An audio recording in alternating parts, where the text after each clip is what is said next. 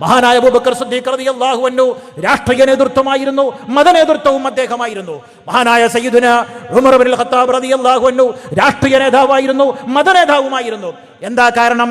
അല്ലാഹുവിന്റെ റസൂൽ തിരുനബി മുഹമ്മദ് മുസ്തഫ സല്ലല്ലാഹു അലൈഹി വസല്ലം ഇസ്ലാമിക സമൂഹത്തിന്റെ രാഷ്ട്രീയ നേതാവായിരുന്നു, മതനേതാവും കൂടിയായിരുന്നു.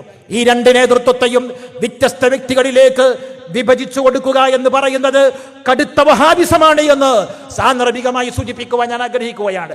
അങ്ങനെ ഒരു പാരമ്പര്യം ഇസ്ലാമിനില്ല.